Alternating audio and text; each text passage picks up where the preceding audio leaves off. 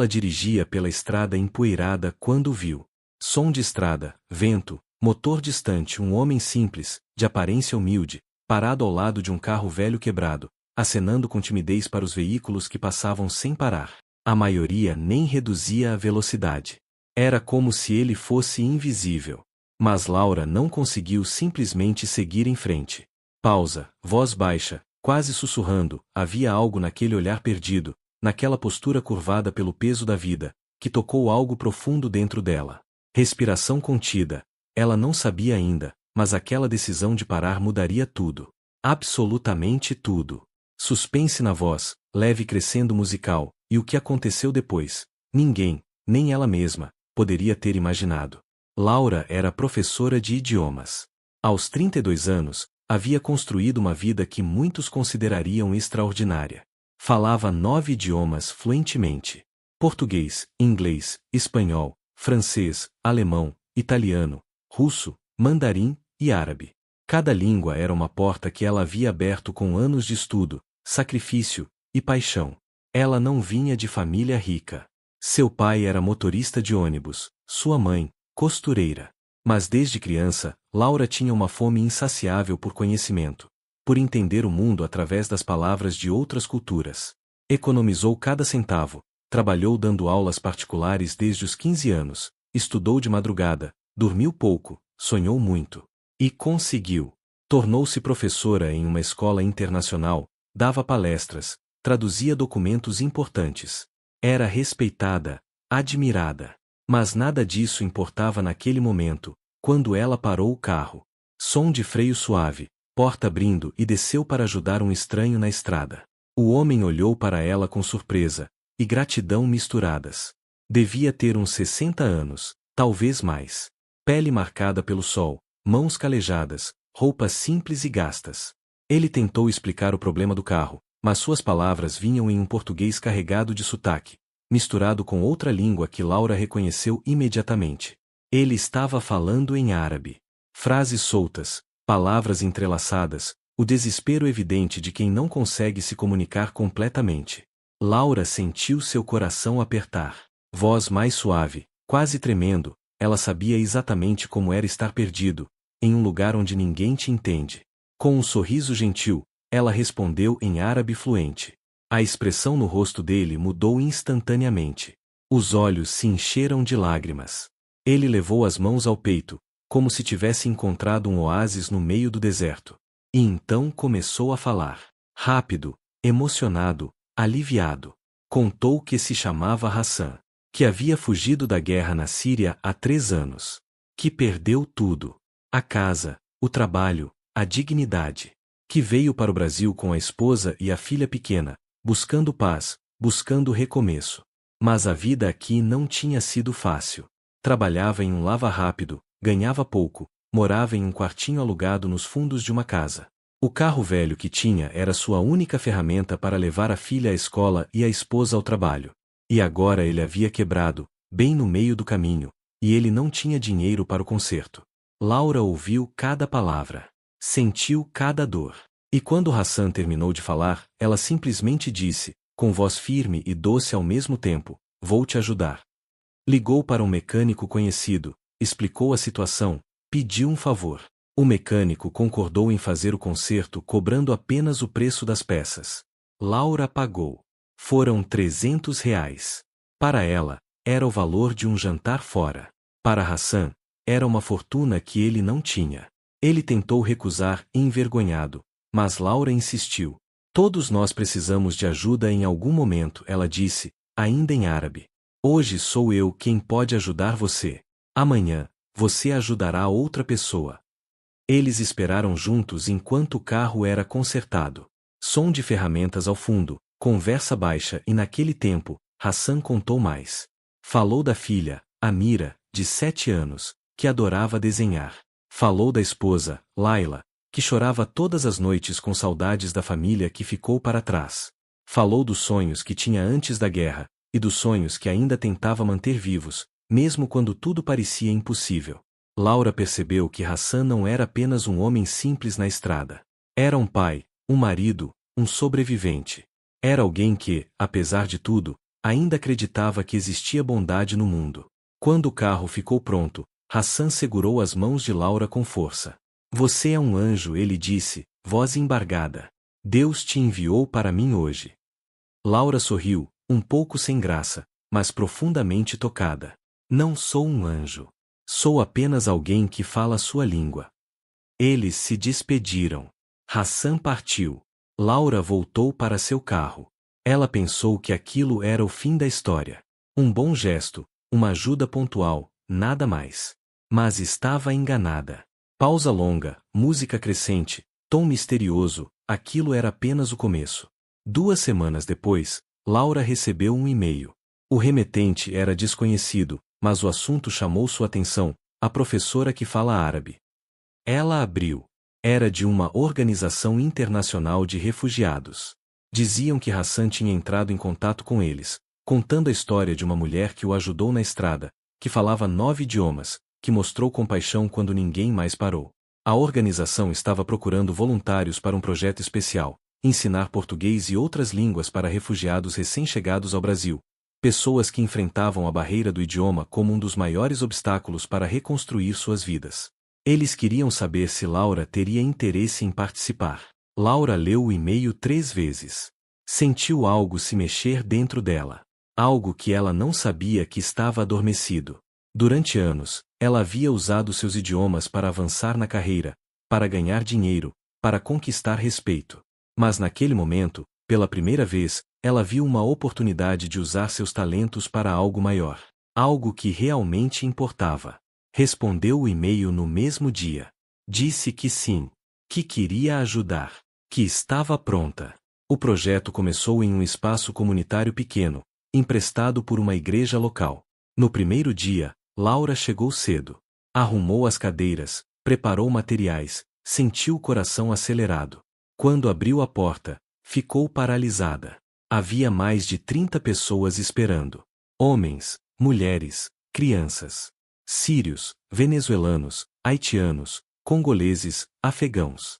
Pessoas de todos os cantos do mundo, carregando dores, esperanças, histórias que ela mal podia imaginar. E todos olhavam para ela com a mesma expressão, esperança. A esperança de serem compreendidos, de serem vistos, de pertencerem. Laura começou a ensinar, e descobriu algo extraordinário. Cada idioma que ela falava não era apenas uma ferramenta de comunicação. Era uma ponte. Era um abraço. Era um jeito de dizer, com voz que quase treme, eu te vejo. Eu te entendo. Você não está sozinho. Ela conversava com os venezuelanos em espanhol, com os haitianos em francês, com os sírios em árabe, com os congoleses em francês também, ajustando sotaques, entendendo dialetos. E aos poucos, ela não estava apenas ensinando português.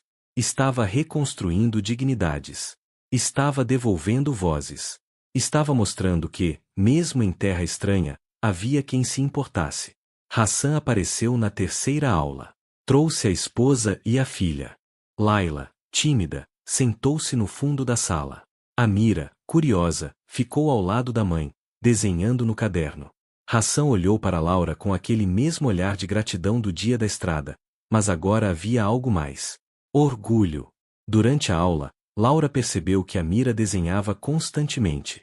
Quando todos saíram, ela se aproximou da menina e pediu para ver os desenhos. Eram lindos. Detalhados, emotivos, cheios de vida. Você desenha muito bem, Laura disse em árabe. Amira sorriu, envergonhada. Eu quero ser artista, ela confessou. Mas meu pai diz que isso não dá dinheiro, que eu preciso estudar para ser médica ou engenheira. Laura sentiu um aperto no peito. Conhecia aquela história. Havia vivido uma versão dela na própria vida. As expectativas, as pressões, os sonhos sufocados pelo medo da sobrevivência. Ela conversou com Hassan depois da aula. Explicou que talentos como o de Amira eram raros, preciosos. Que sufocar um dom assim era desperdiçar uma luz. Hassan ouviu, pensativo. Mas o mundo não é gentil com artistas, ele disse. Especialmente com artistas refugiados. Laura não discordou. Mas disse, com voz firme e cheia de fé, o mundo também não é gentil com pessoas que desistem de seus sonhos. E se eu puder ajudar a Mira a perseguir o dela, vou fazer isso. E ela fez. Laura começou a trazer materiais de arte para as aulas. Lápis de cor, tintas, papéis. Incentivou a Mira a desenhar, a explorar, a criar. Mas mais do que isso, começou a procurar oportunidades. Enviou os desenhos de Amira para uma amiga que trabalhava em uma galeria de arte local. A amiga ficou impressionada.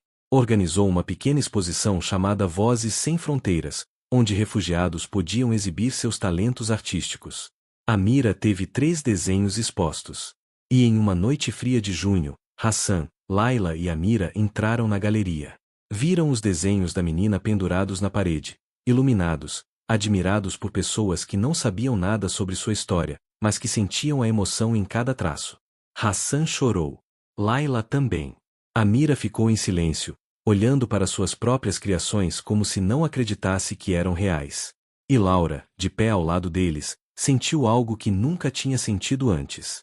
Uma realização que não vinha de diplomas ou reconhecimento profissional. Vinham de saber que ela tinha usado seus dons para abrir portas. Para transformar vidas. Para fazer diferença. Mas a história não termina aí. Porque o que Laura não esperava era que essa experiência mudaria também a sua própria vida. Quanto mais ela trabalhava com os refugiados, mais percebia o quanto sua existência tinha sido focada em si mesma. No seu sucesso, no seu conforto, na sua segurança. Ela tinha tudo, mas se sentia vazia. E ali, naquele espaço comunitário simples, ensinando pessoas que tinham perdido tudo, ela finalmente encontrou algo que faltava. Propósito. Conexão. Amor verdadeiro pelo próximo. Laura começou a dedicar mais tempo ao projeto. Reduziu suas horas na escola internacional. Aceitou menos trabalhos de tradução. Seus amigos e familiares não entendiam. Você está jogando sua carreira fora, diziam. Você trabalhou tanto para chegar onde está. Por que abrir mão disso? Mas Laura sabia a resposta. Porque pela primeira vez na vida, ela não estava trabalhando para impressionar ninguém. Estava trabalhando para amar. E isso fazia toda a diferença. Os meses passaram. O projeto cresceu. Mais voluntários se juntaram. Mais refugiados chegaram. E Laura se tornou conhecida na comunidade como a professora dos 9 idiomas. Mas ela não se importava com o título. O que importava eram os rostos. Os sorrisos. As lágrimas de gratidão. As histórias de superação. Cada pessoa que aprendia a se comunicar, a conseguir um emprego, a matricular os filhos na escola, a reconstruir uma vida. Cada vitória pequena era uma vitória imensa. E então, um ano depois daquele dia na estrada, Hassan procurou Laura. Havia algo diferente nele. Uma alegria contida, uma notícia que ele mal conseguia segurar. Laila conseguiu emprego, ele disse, emocionado. Em uma empresa de costura. Ela vai poder usar suas habilidades. Vai ganhar um salário digno. Laura abraçou ele. Mas Hassan não tinha terminado. E Amira? Amira ganhou uma bolsa de estudos em uma escola de artes. Uma das pessoas que viu os desenhos dela na exposição ficou tão tocada que ofereceu pagar os estudos dela por 2 anos. Laura sentiu as lágrimas escorrerem. E você? Ela perguntou. Você está bem? Hassan sorriu. Eu estou mais do que bem. Eu tenho esperança de novo. E isso é tudo. Mas havia algo mais que Hassan queria dizer. Ele olhou para Laura com seriedade. Você sabe o que me machucou mais quando cheguei ao Brasil? Ele perguntou. Laura balançou a cabeça. Não foi a pobreza. Não foi o trabalho duro. Foi a invisibilidade. Era como se eu não existisse. As pessoas olhavam através de mim, não para mim. Eu me sentia menos do que humano. Ele fez uma pausa. Mas você me viu. No meio da estrada, quando todo mundo passava, você me viu. E isso mudou tudo. Porque quando alguém te vê de verdade, quando alguém reconhece sua humanidade, você lembra que ainda vale a pena continuar. Laura não tinha palavras. Apenas lágrimas. Porque ela percebeu algo profundo. Ela não tinha salvado Hassan naquele dia na estrada. Hassan tinha salvado ela. Ele mostrou que todos os idiomas que ela dominava, todos os diplomas que tinha na parede, todo o sucesso que havia conquistado, nada disso importava se ela não usasse para amar, para servir, para ver o outro. Naquela noite, Laura voltou para casa e olhou para sua vida com novos olhos. Viu o apartamento confortável, os livros nas estantes, os certificados emoldurados. E percebeu que tudo aquilo era vazio sem amor, sem propósito, sem conexão verdadeira. Ela tomou uma decisão. Deixaria a escola internacional. Dedicaria sua vida integralmente ao trabalho com refugiados. Não seria fácil. Ganharia menos.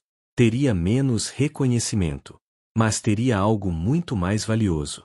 Teria significado. E foi o que ela fez. Laura fundou sua própria organização. Chamou de Pontes de Esperança.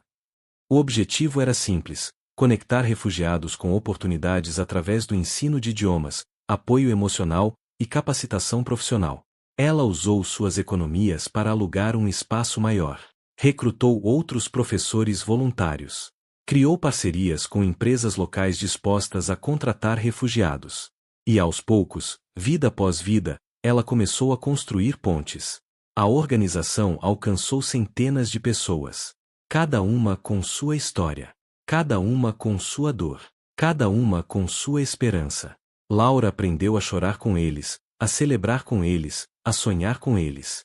E em cada rosto, em cada sorriso, em cada abraço, ela via Hassan naquele dia na estrada. Via o homem simples que mudou tudo.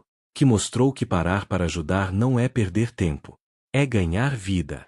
Anos depois, em uma cerimônia organizada pela prefeitura, Laura recebeu um reconhecimento pelo trabalho social. Hassan estava lá. Laila e Amira também. Amira, agora adolescente, já tinha suas obras expostas em várias galerias. Laila tinha sido promovida a supervisora em sua empresa. Hassan tinha aberto seu próprio pequeno negócio, um restaurante de comida síria que se tornou querido no bairro.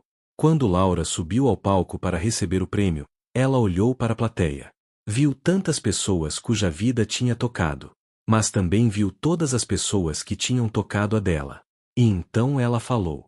Não um discurso preparado, mas palavras que vinham do coração. Eu não mereço este prêmio, ela começou, voz firme mas emocionada. Porque tudo o que fiz foi parar. Parar para ver. Parar para ouvir. Parar para amar.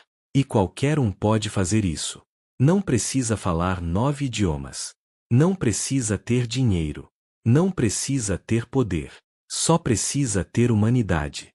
Só precisa lembrar que a pessoa na sua frente, por mais diferente que seja, por mais distante que pareça, é tão humana quanto você. Tem dores. Tem sonhos. Tem valor. Ela fez uma pausa. Há anos, eu parei para ajudar um homem na estrada. Eu achava que estava fazendo um favor a ele. Mas a verdade é que ele me deu o maior presente que alguém poderia dar. Ele me deu propósito. Ele me mostrou que somos feitos para amar. E que não existe realização maior do que usar tudo o que temos para levantar quem caiu. A plateia se levantou em aplausos. Mas Laura não estava ouvindo. Estava olhando para Hassan. E viu nos olhos dele o mesmo que viu naquele primeiro dia. Gratidão. Esperança. Humanidade. E ela soube que tinha feito a escolha certa.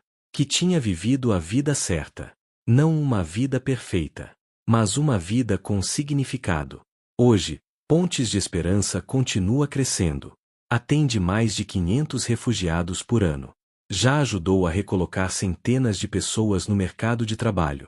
Já facilitou o acesso à saúde e à educação para dezenas de crianças. E tudo começou com uma decisão simples. A decisão de parar, de ver, de ajudar. Laura ainda fala 9 idiomas.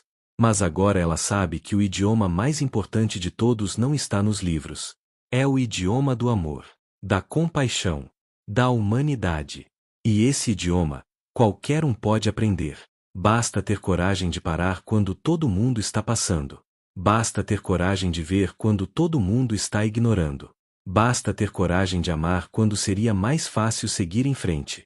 Porque no final, o que realmente importa não é quantos idiomas você fala.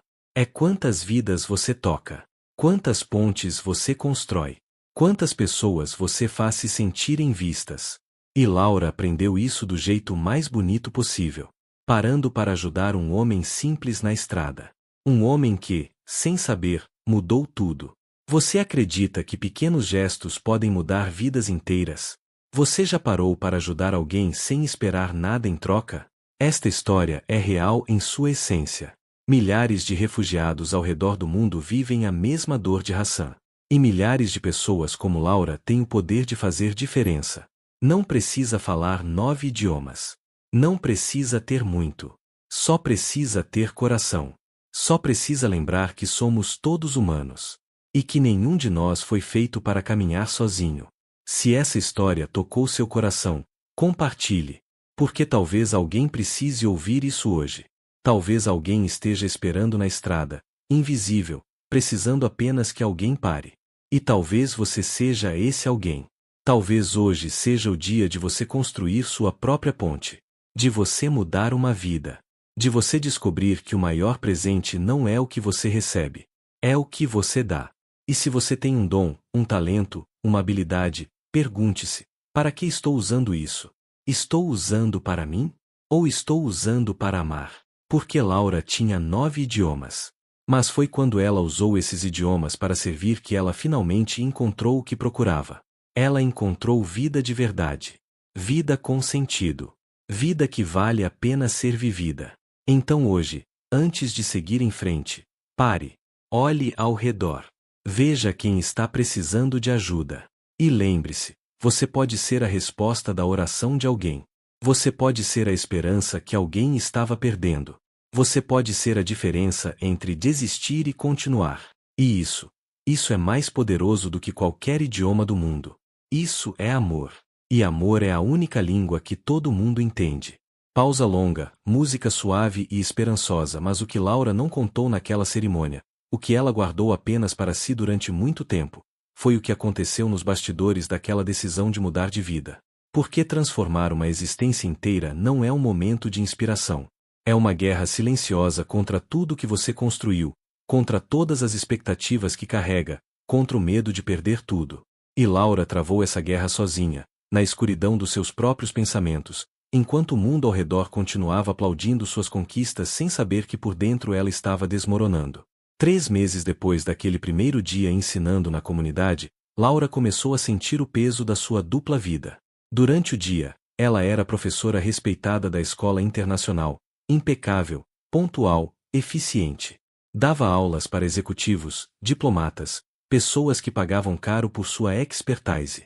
À noite e nos finais de semana, ela estava na comunidade, ensinando pessoas que não tinham nada para pagar, que vinham com roupas gastas e olhares cansados, mas com uma fome de aprender que nenhum aluno rico jamais demonstrou. E quanto mais tempo ela passava com os refugiados, mais vazia se sentia quando voltava para o mundo corporativo. Havia uma aluna na escola internacional chamada Beatriz. Filha de um empresário rico, estudava mandarim porque ia assumir os negócios do pai na China. Chegava sempre atrasada, reclamava de tudo, olhava para o celular no meio das aulas. Um dia, Beatriz cancelou a aula porque tinha ido fazer compras. Quando reagendou, chegou mostrando as sacolas de marcas caras, rindo, dizendo que tinha gastado mais de 10 mil reais em uma tarde. Laura sorriu educadamente. Mas por dentro, algo se partiu. Porque naquela mesma semana, ela tinha conhecido uma mulher venezuelana chamada Carmen que trabalhava 16 horas por dia limpando casas para sustentar 4 filhos. Carmen estava aprendendo português nas aulas de Laura porque precisava se comunicar melhor com os patrões, porque cada palavra que não entendia podia significar perder o emprego. E tudo que Carmen ganhava em um mês não chegava aos 10 mil que Beatriz tinha jogado fora em uma tarde. Laura saiu daquela aula com Beatriz e foi direto para o banheiro. Trancou-se em uma cabine e chorou. Chorou de raiva. Chorou de tristeza. Chorou de impotência. Porque percebeu que estava gastando seu tempo, seu talento, sua vida, ensinando pessoas que não precisavam dela, enquanto existiam tantas que precisavam desesperadamente. E pela primeira vez, ela se perguntou de verdade: o que eu estou fazendo? Para que serve tudo isso? Mas abandonar a escola internacional significava abandonar a segurança, o salário fixo, o prestígio, a aprovação. Laura tinha construído uma reputação ao longo de anos. Era conhecida como uma das melhores professoras de idiomas da cidade. Seus colegas a admiravam. Seus pais se orgulhavam. Quando ela contava que dava aulas para diplomatas e executivos, as pessoas ficavam impressionadas. Mas quando mencionava o trabalho voluntário com refugiados, a reação era diferente. Que bonito, diziam, com aquele tom que significava, mas não é um trabalho de verdade, né? E Laura sentia a pressão. A pressão de ser bem-sucedida, de não desperdiçar seu potencial, de não decepcionar quem acreditou nela. Uma noite, Laura jantou com seus pais. A mãe preparou seu prato favorito, o pai abriu uma garrafa de vinho. Estavam comemorando porque Laura tinha acabado de receber uma proposta para ser coordenadora pedagógica da escola internacional. Era uma promoção significativa. Mais dinheiro, mais status, mais responsabilidade. Seus pais estavam radiantes. Sempre soubemos que você chegaria longe, o pai disse, levantando a taça. Todo o esforço valeu a pena. A mãe segurou sua mão. Estamos tão orgulhosos de você, minha filha. Laura forçou um sorriso. Brindou. Agradeceu. Mas por dentro, estava gritando. Porque ela não queria aquela promoção. Não queria coordenar uma escola cheia de alunos privilegiados que aprendiam idiomas como hobby enquanto refugiados do outro lado da cidade lutavam para sobreviver sem conseguir pedir um copo de água. Mas como ela poderia dizer isso aos pais? Como poderia explicar que queria abandonar tudo que eles a ajudaram a construir para trabalhar de graça com estranhos? Ela tentou.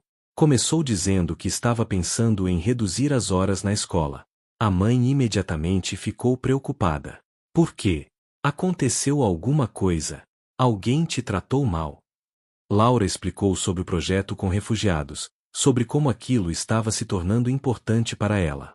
O pai franziu a testa. Trabalho voluntário é lindo, Laura. Mas não paga contas. Você não pode viver de caridade. Ela tentou argumentar, dizer que estava pensando em encontrar um jeito de transformar aquilo em algo sustentável. A mãe interrompeu. Você trabalhou tanto para chegar onde está. Não jogue isso fora por um impulso emocional. Ajude nas horas vagas, tudo bem. Mas não sacrifique sua carreira.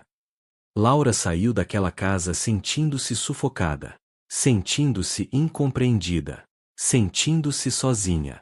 E pela primeira vez, considerou desistir. Talvez seus pais estivessem certos. Talvez ela estivesse sendo ingênua. Talvez querer deixar tudo para trás fosse realmente loucura. Mas então aconteceu algo que mudou tudo de novo. Era uma terça-feira à noite. Laura estava dando aula na comunidade quando uma mulher nova apareceu. Ela chegou atrasada, hesitante, como se estivesse invadindo um espaço que não era seu. Sentou-se no fundo, quieta. Laura notou que ela segurava um bebê no colo. Um bebê pequeno, que não parava de chorar. A mulher tentava acalmá-lo, mas o choro continuava, alto, persistente. Outros alunos começaram a olhar. Laura viu o desconforto da mulher crescer. Ela se levantou, pegou o bebê e começou a sair. Laura parou a aula. Espera, ela chamou. A mulher se virou, os olhos vermelhos. Desculpa. Eu não devia ter vindo. Não tenho com quem deixar ele. Laura atravessou a sala. Pegou o bebê dos braços dela. Fica. Eu seguro ele enquanto você aprende. A mulher olhou para ela, incrédula. Mas, você é a professora. Você não pode dar aula segurando um bebê. Laura sorriu. Posso sim. E vou. E foi o que ela fez. Durante toda a aula, Laura ensinou português segurando aquele bebê no colo. Ele parou de chorar. Dormiu. E a mulher, pela primeira vez em semanas, conseguiu se concentrar em algo além de sobreviver. Depois da aula, a mulher se aproximou. Disse que se chamava Fátima. Que vinha do Congo. Que fugiu de uma guerra que matou seu marido e seus pais. Que cruzou o continente africano grávida, sozinha, desesperada. Que chegou ao Brasil sem dinheiro, sem documentos, sem esperança. Que deu à luz em um hospital público onde ninguém falava francês e ela não conseguia explicar sua dor. Que agora vivia em um abrigo, dormia em um colchão no chão, dividia o banheiro com 50 pessoas. e que o único sonho que tinha era aprender português para conseguir um trabalho e dar uma vida melhor para o filho. Laura abraçou Fátima. E naquele abraço, ela sentiu tudo o que tinha estado procurando. Sentiu que estava no lugar certo, fazendo a coisa certa, sendo quem ela realmente era. E quando voltou para casa naquela noite, tomou a decisão. Não importava o que os pais achassem. Não importava o que os amigos dissessem. Não importava o que a sociedade esperasse. Ela ia seguir seu coração. No dia seguinte, Laura pediu demissão da escola internacional. A diretora ficou chocada. Tentou convencê-la a ficar. Ofereceu mais dinheiro, mais flexibilidade. Mas Laura foi firme. Eu preciso fazer isso, ela disse. Não é sobre dinheiro. É sobre vida. E eu quero viver uma vida que importa. A diretora não entendeu. Poucos entenderam. Mas Laura não precisava que entendessem. Ela só precisava fazer. Os meses seguintes foram os mais difíceis da vida de Laura. Financeiramente, ela estava apertada. Usou suas economias para manter a organização funcionando, para pagar aluguel, para comprar materiais. Teve que se mudar para um apartamento menor. Vendeu o carro. Cortou gastos. Parou de sair para jantar, de comprar roupas, de viajar. E foi duro. Muito duro. Especialmente quando via suas antigas colegas da escola internacional postando fotos de viagens, de restaurantes caros, de vidas confortáveis. Ela sentiu inveja. Sentiu arrependimento. Sentiu medo. Mas toda vez que o medo ficava grande demais, ela voltava para a comunidade. Via Fátima progredindo no português. Via Hassan levando a mira às aulas de arte. Via Carmen finalmente conseguindo se comunicar bem o suficiente para negociar um salário melhor. Via dezenas de pessoas cujas vidas estavam mudando porque alguém parou para ensiná-las. E Laura lembrava por que tinha feito aquela escolha. Não era sobre ela. Era sobre eles. E isso fazia valer a pena. Houve um momento, porém, em que Laura quase desistiu de verdade. Foi quando a conta bancária zerou. Ela não tinha mais economias. Não tinha mais reserva. E o aluguel do espaço comunitário estava atrasado. O proprietário ameaçou despejá-los. Laura passou a noite em claro, calculando, recalculando, tentando encontrar uma solução. Não havia. Ela tinha falhado. A organização ia fechar. E todas aquelas pessoas que dependiam dela ficariam sem nada. Na manhã seguinte, Laura chegou à comunidade para dar a notícia. Mas quando entrou, encontrou todos os alunos reunidos. Hassan estava na frente. Nós soubemos do problema, ele disse. E nós queremos ajudar.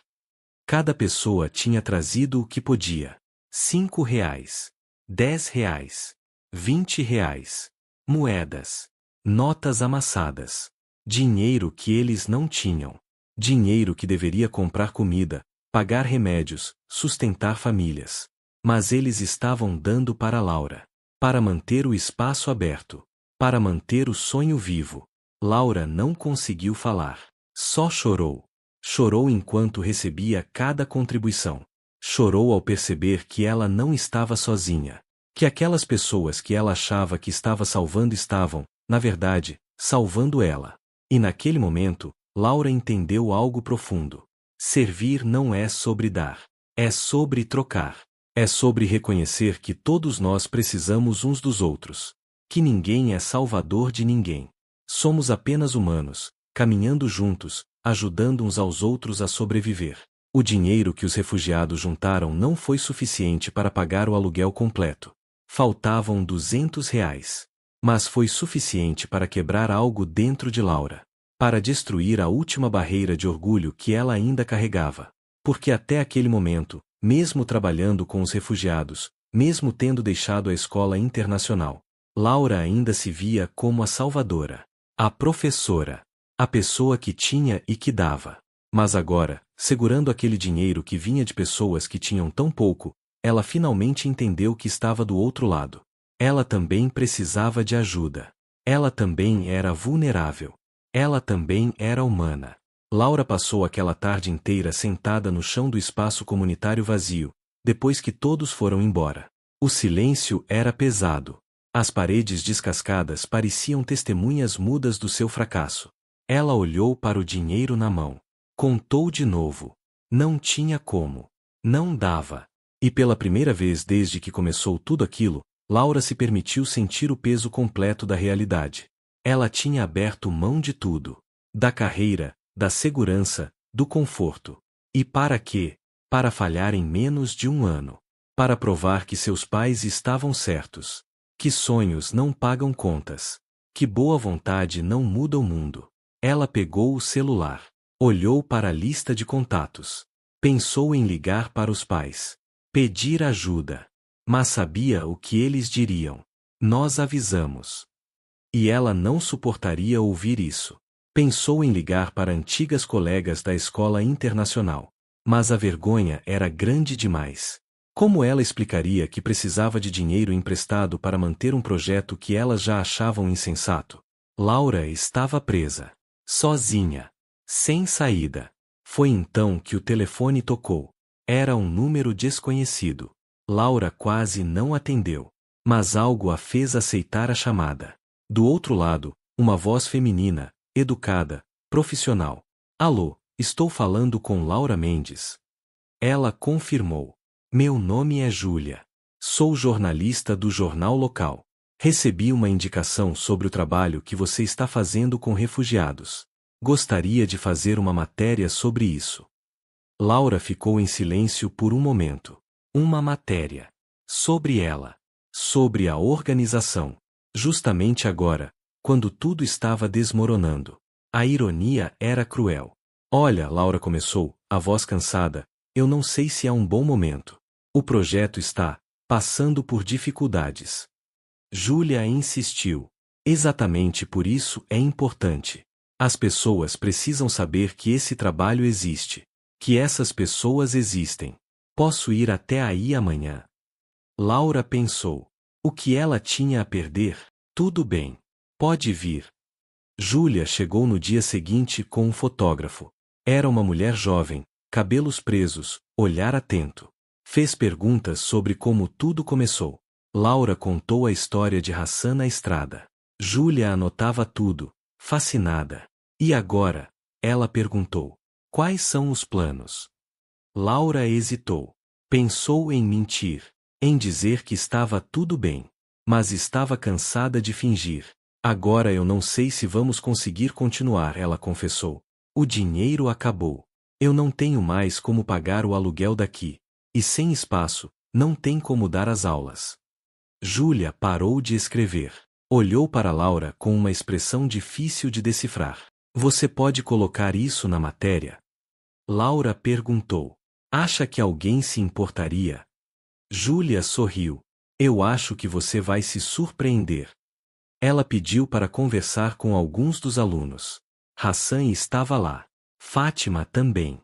Carmen. E outros. Cada um contou sua história. Cada um explicou o que aquelas aulas significavam. Como Laura tinha mudado suas vidas. Como pela primeira vez desde que chegaram ao Brasil, eles se sentiam vistos. O fotógrafo tirou dezenas de fotos. Do espaço simples. Dos alunos estudando. De Laura ensinando. De Amira desenhando no canto da sala. E quando eles foram embora, Laura não sabia o que esperar. Talvez nada mudasse. Talvez a matéria fosse publicada em uma página pequena e ninguém lesse. Talvez aquele fosse realmente o fim. A matéria saiu 3 dias depois. Na capa do jornal. Com o título, A professora dos 9 idiomas que abandonou tudo para ensinar quem mais precisa. A foto era de Laura, cercada pelos alunos, todos sorrindo. E a reportagem contava tudo. A história de Hassan. O início do projeto. Os desafios. E sim, a situação financeira.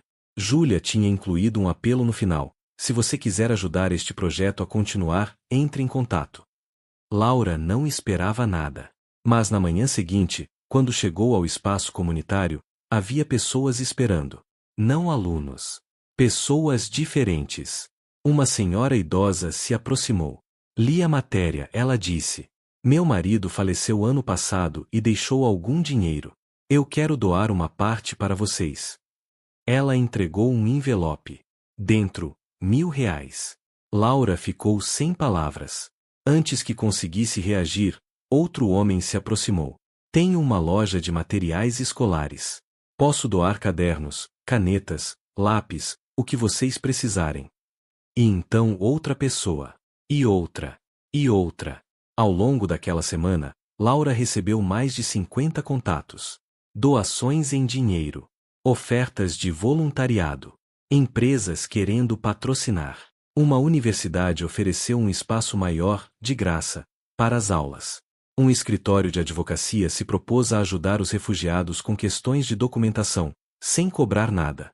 Era como se a cidade inteira tivesse acordado para aquela causa.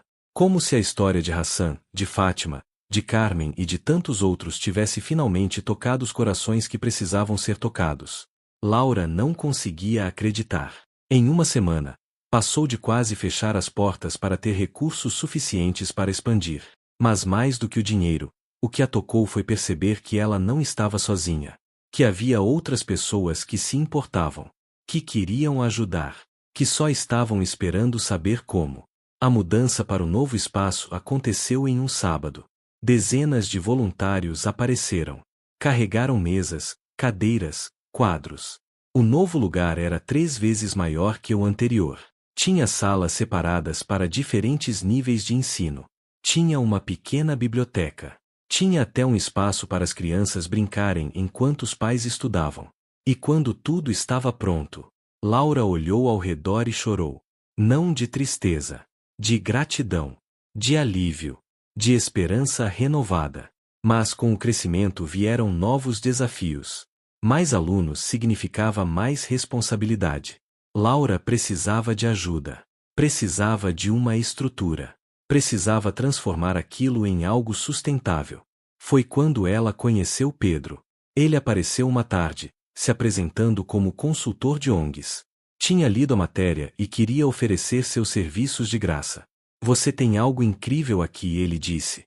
Mas precisa de organização. Precisa de um plano. Deixa eu te ajudar. Pedro passou semanas trabalhando com Laura. Ajudou a criar uma estrutura legal para a organização. Ensinou sobre captação de recursos, prestação de contas, gestão de voluntários. E aos poucos, Pontes de Esperança deixou de ser apenas um projeto espontâneo para se tornar uma instituição real, com processos, com planejamento, com futuro.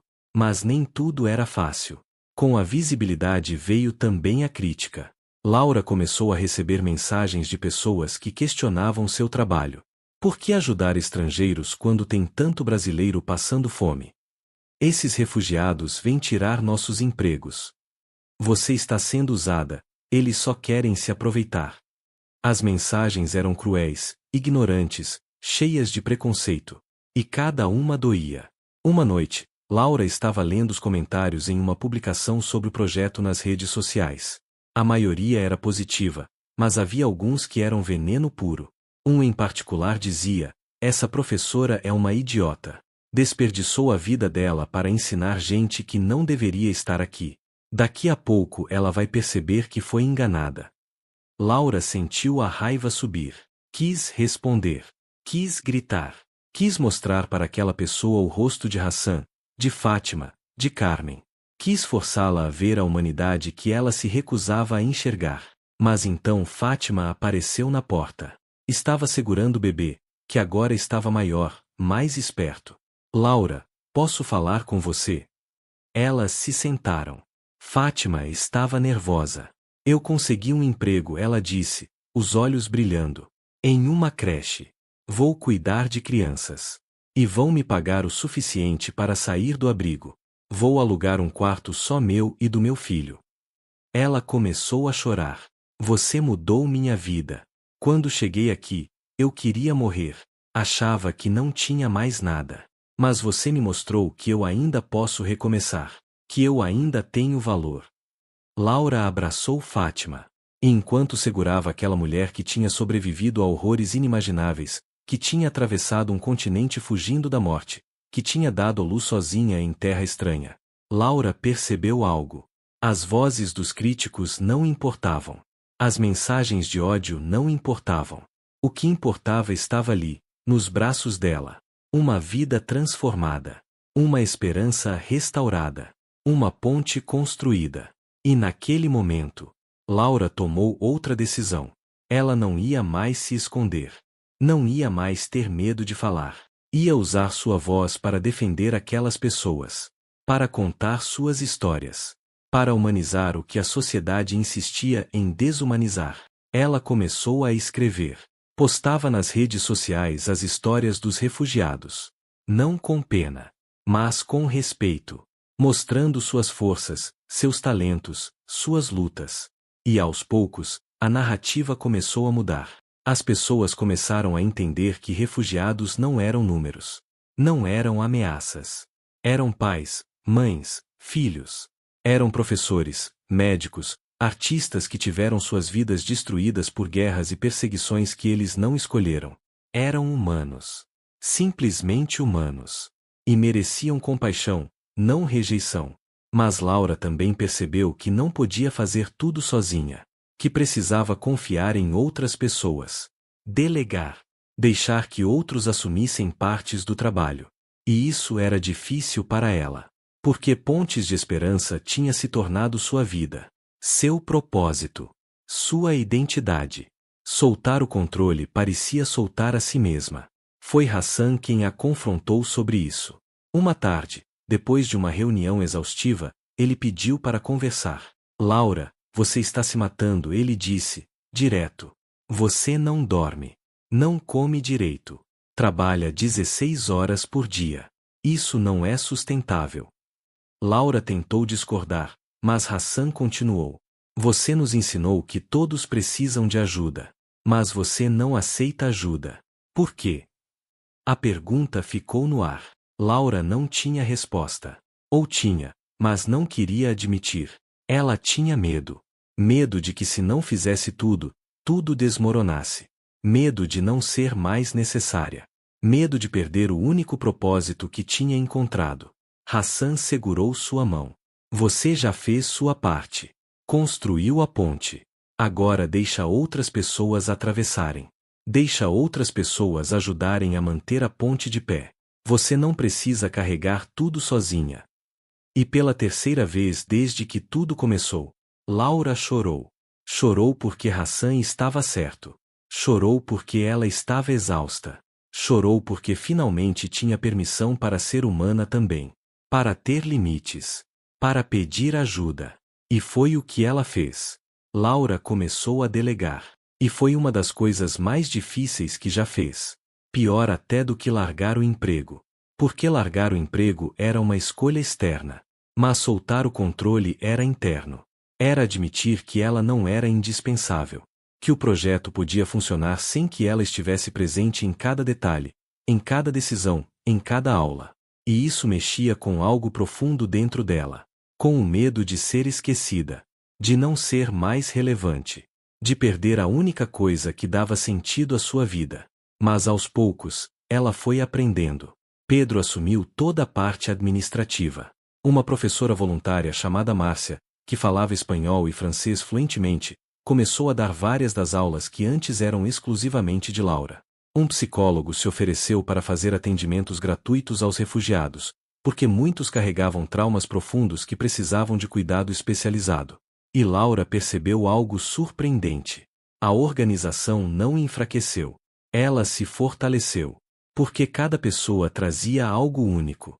Algo que ela sozinha nunca poderia oferecer. Foi nessa época que Laura conheceu David. Ele apareceu em uma das aulas noturnas, um homem alto, magro, de olhos fundos e expressão cansada.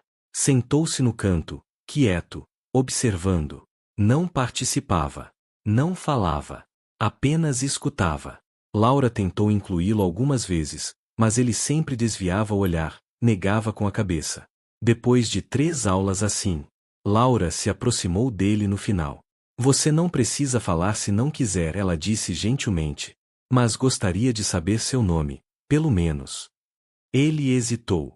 Então, com uma voz rouca, quase um sussurro, respondeu. David, eu venho da Síria. Como Hassan. Laura sorriu. Hassan está aqui também. Você quer conhecê-lo? David balançou a cabeça violentamente. Não. Eu não quero que ninguém saiba que estou aqui. Havia algo no tom dele. Algo quebrado. Laura não insistiu. Tudo bem. Você pode vir quantas vezes quiser. Sem pressão. David olhou para ela, e pela primeira vez, seus olhos encontraram os dela. Obrigado, ele disse. E saiu. Nas semanas seguintes, David continuou aparecendo. Sempre quieto. Sempre no canto. Mas Laura notava pequenas mudanças. Ele começou a anotar algumas palavras. A repetir baixinho algumas frases. E uma noite, quando Laura ensinou cumprimentos básicos em português, ela ouviu a voz dele, fraca mas clara, dizendo, bom dia. Foi um momento pequeno, mas significativo. Depois daquela aula, David ficou para trás quando todos saíram. Laura estava arrumando os materiais quando ouviu a voz dele. Posso falar com você? Ela parou tudo. Sentou-se. Claro. David respirou fundo. E então começou a falar. Em árabe. Palavras que saíam como sangue de uma ferida antiga. Ele contou que era médico na Síria. Cirurgião. Tinha uma clínica, uma família, uma vida. Mas quando a guerra começou, tudo mudou. Ele foi forçado a tratar combatentes. De ambos os lados. E uma noite, soldados do governo invadiram sua clínica porque ele tinha salvado um rebelde. Matavam 2 dos seus assistentes. E ameaçaram matar sua família se ele não trabalhasse exclusivamente para eles. David fugiu. Deixou a esposa e os 2 filhos com os pais dela, prometendo que voltaria para buscá-los quando fosse seguro. Atravessou fronteiras, desertos, mares. Chegou ao Brasil há 2 anos. E desde então, estava tentando trazer a família. Mas o processo era complicado, burocrático, demorado. E ele não tinha dinheiro para advogados. Trabalhava em uma construção, carregando tijolos. Ele, que antes salvava vidas com as mãos, agora usava essas mesmas mãos para levantar paredes. E a cada dia que passava sem notícias da família, um pedaço dele morria. Laura ouviu tudo em silêncio. Quando David terminou, ele estava chorando. Não um choro alto, mas aquele choro silencioso, de quem já chorou tanto que não tem mais força. Eu não sei mais quem eu sou, ele disse. Não sou mais médico. Não sou mais marido. Não sou mais pai. Sou apenas alguém que existe. E mal consigo fazer isso. Laura não tinha palavras. O que você diz para uma dor dessa magnitude? Que vai ficar tudo bem. Seria mentira. Que ela entendia. Seria presunção. Então ela apenas fez o que podia fazer. Segurou a mão dele. E disse, você ainda é tudo isso. Médico. Marido. Pai. A guerra pode ter tirado sua prática. Mas não tirou quem você é. E eu vou te ajudar a encontrar um jeito de trazer sua família. Não sei como ainda. Mas vamos encontrar. E ela manteve a palavra. Laura entrou em contato com o escritório de advocacia que tinha oferecido ajuda. Explicou o caso de David. Os advogados aceitaram assumir o processo. Pro bono. Começaram a trabalhar na papelada, nos pedidos, nas autorizações. Era um processo longo. Podia demorar meses, talvez anos. Mas era uma chance. E para David, que não tinha nenhuma, aquilo era tudo. Enquanto esperavam, algo começou a acontecer com David. Ele começou a se abrir mais. A participar das aulas. E um dia, Márcia, a professora voluntária, se machucou e não pôde vir. Havia uma aula de primeiros socorros agendada, que seria dada por um paramédico. Mas o paramédico cancelou em cima da hora. Laura estava prestes a desmarcar quando David se ofereceu. Eu posso ensinar, ele disse. Primeiros socorros básicos. Posso fazer isso. Laura hesitou. David ainda estava frágil emocionalmente. Seria bom para ele? Mas algo no olhar dele a fez concordar. Tudo bem. A aula é sua. E foi uma das coisas mais bonitas que Laura já viu. David na frente da sala, ensinando. Suas mãos, que pareciam ter esquecido seu propósito, voltaram à vida. Ele mostrou como fazer compressão torácica.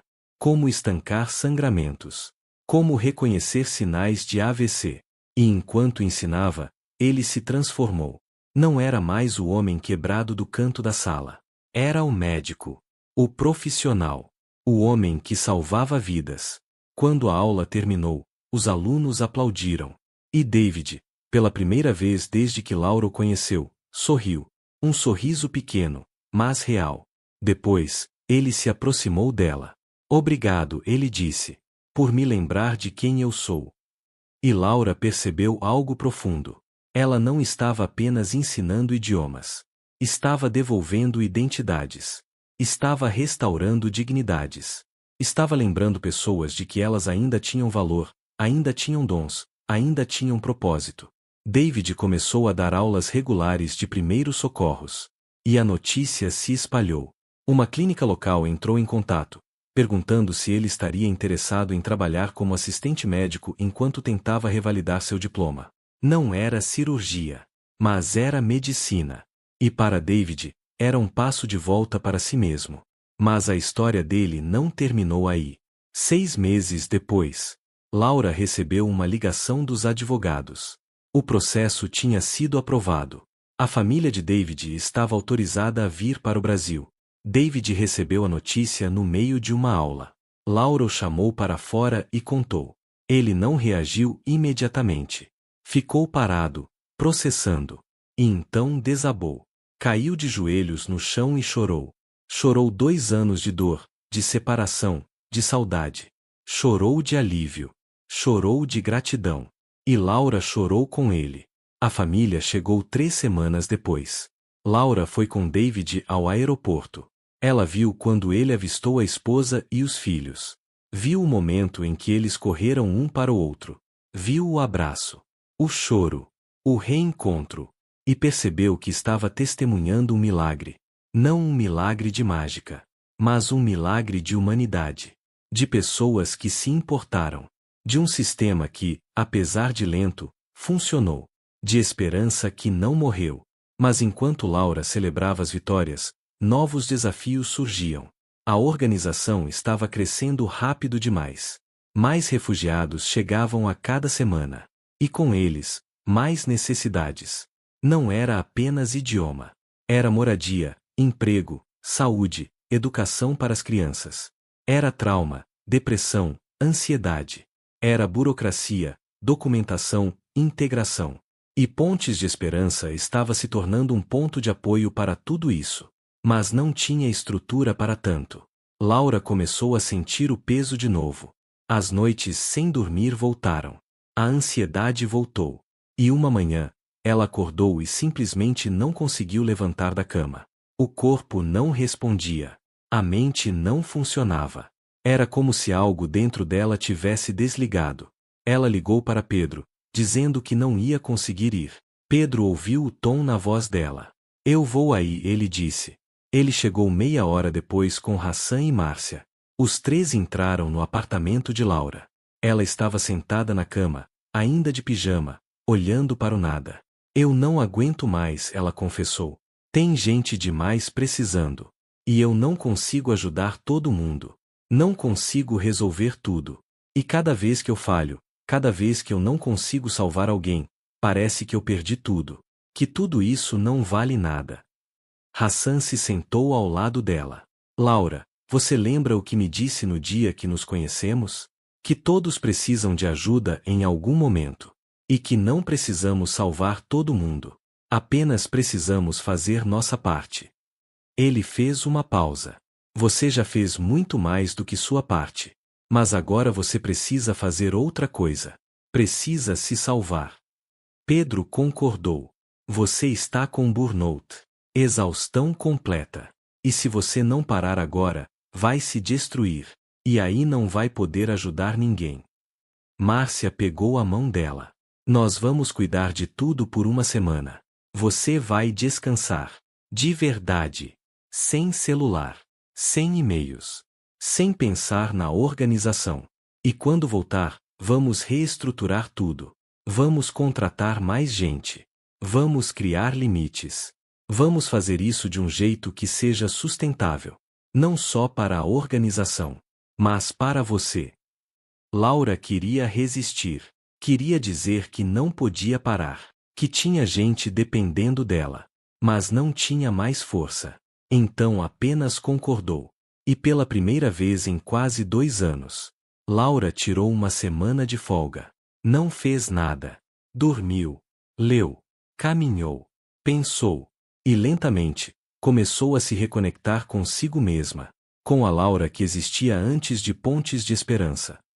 Com a Laura que gostava de música, de poesia, de café com amigos. Com a Laura que era humana, não apenas uma missão. E quando voltou, estava diferente. Mais calma. Mais centrada. E pronta para construir algo que pudesse durar. Não através do sacrifício dela, mas através da colaboração de muitos. Quando Laura voltou após aquela semana de descanso, encontrou a organização funcionando perfeitamente sem ela. E isso, ao invés de machucá-la como teria feito meses atrás, trouxe um alívio profundo. Pedro havia coordenado tudo com eficiência. Márcia tinha dado as aulas. Hassan tinha recebido os novos alunos. A máquina continuava girando.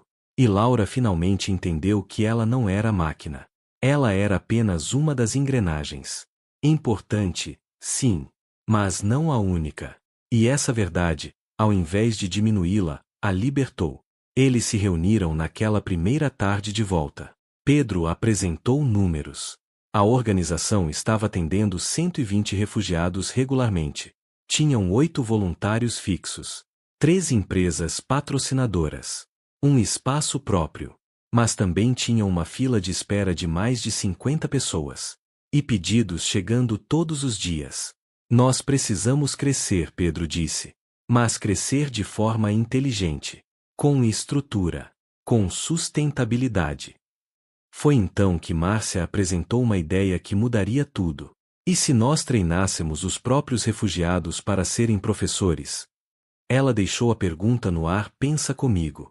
Hassan fala árabe, português, e está aprendendo outros idiomas.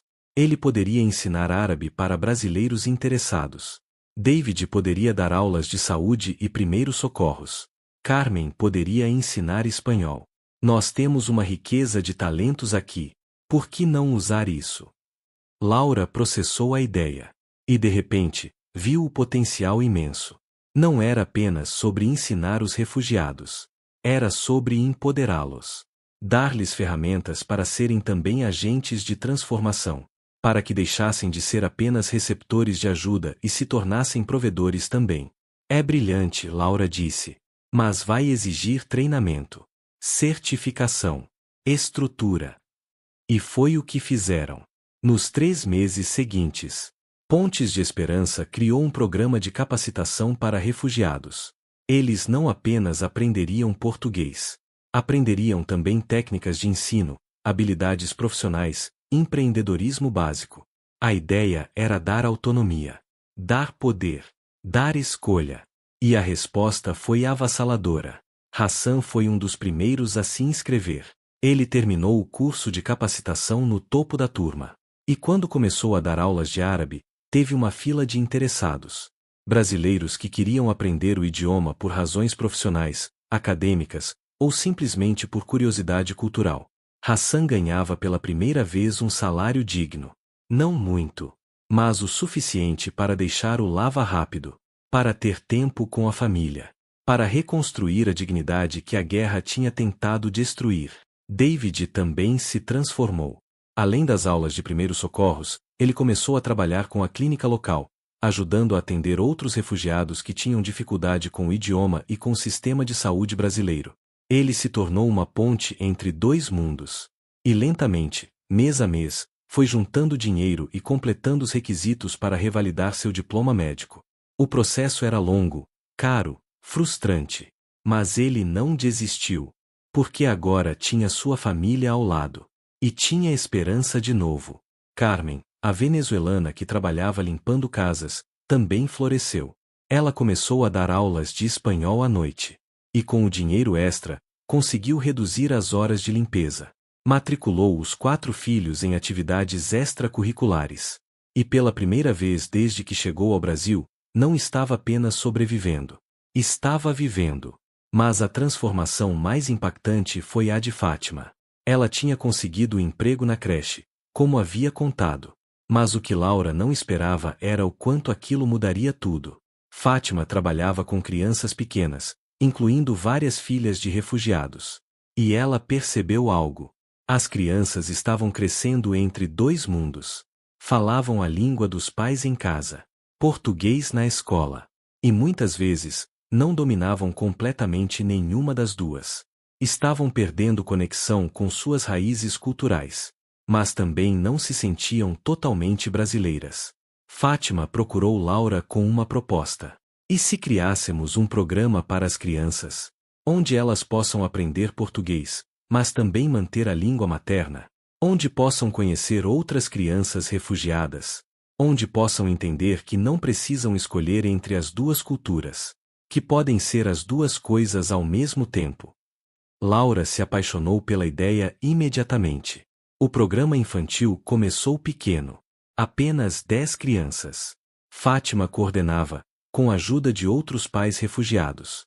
Eles criaram um espaço onde as crianças brincavam, aprendiam, compartilhavam histórias. Um dia eram contadas lendas sírias. Outro dia, histórias venezuelanas. Outro, contos congoleses. Mas tudo entrelaçado com a cultura brasileira. As crianças aprendiam que eram parte de uma tapeçaria rica, colorida, diversa. Amira, a filha de Hassan, era uma das alunas. E ela começou a criar ilustrações para as histórias que eram contadas. Desenhos lindos que capturavam a essência de cada conto.